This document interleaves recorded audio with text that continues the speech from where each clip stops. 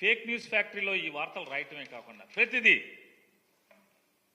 Tadepalli camp office గురించి, Tadepalli camp office palace అని మాట్లాడతాడు లోకేష్ గారు మాట మాటకి.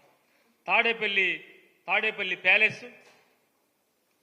నేను నారా లోకేష్ నాయుడు గారిని నేను ఒకటి రిక్వెస్ట్ చేస్తున్నా.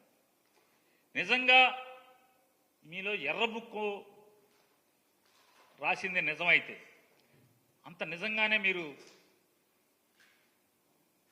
కలేజా ఉన్న రాజకీయ నాయకుడైతే నేను మిమ్మల్ని రిక్వెస్ట్ చేస్తున్నా. హైదరాబాద్లో మీ జూబ్లీ హిల్స్ ఫోటోలు ఇంతవరకు ఎవరికన్నా చూపించారా? ఎవరన్నా ఒక్కసారి మీడియా టూర్ పెట్టండి. మీ హైదరాబాద్లో జూబ్లీ హిల్స్ ఇంటికి మీడియా టూర్ పెట్టండి, సాక్షి ఛానల్తో సహా. అలాగే జగన్మోహన్ రెడ్డి గారి ఇంటికి కూడా మీడియా టూర్ పెడదాం, లేదా ఒక రిటైర్డ్ జడ్జితో వాల్యుయేషన్ కట్టిద్దాం, ఒక టీం వేద్దాం, ఒక టీంని వేద్దాం. గవర్నమెంట్ నుంచి ఒక టీం వేయండి. మీ ఇంటి ఖరీదు, మీ ఇంటి బయట గోడల ఖరీదు, మీ ఇంటి గోడలు ఎంత ఎత్తున్నాయి, మీ ఇల్లు ఎంత విశాలంగా ఉంది, ఎన్ని వేల చదరపు అడుగుల్లో హైదరాబాద్లో జూబ్లీ హిల్స్లో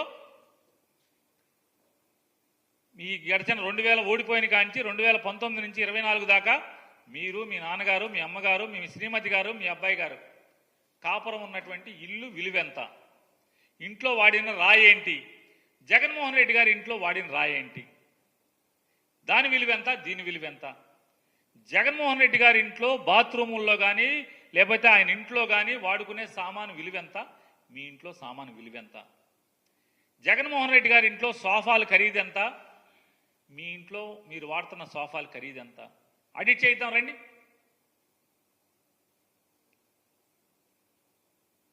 నిజంగా మీది ఎర్ర పుస్తకం నిజమైతే ఆడిట్ చేయించండి.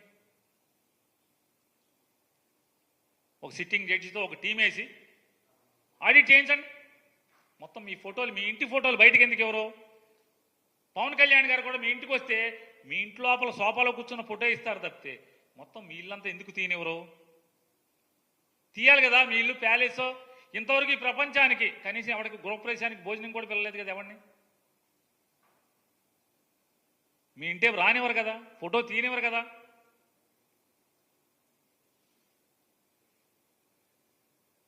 ఈ రకమైనటువంటి మీరేమో రాజమహల్లో ఉంటారు. మీరు ఎన్టీ రామారావు గారు మనవడ పని పేరు మీద రామారావు గారిని ఏమో కొల్లబొడిచారు, రామారావు గారిని ఏమో ఎన్నో అవమానాలు చేశారు, అన్ని చేశారు, మీద చెప్పులు వేశారు, అధికారాన్ని లాక్కున్నారు. పాపం అన్యం పుణ్యమైనటువంటి చిన్నపిల్లడు మనస్తత్వం.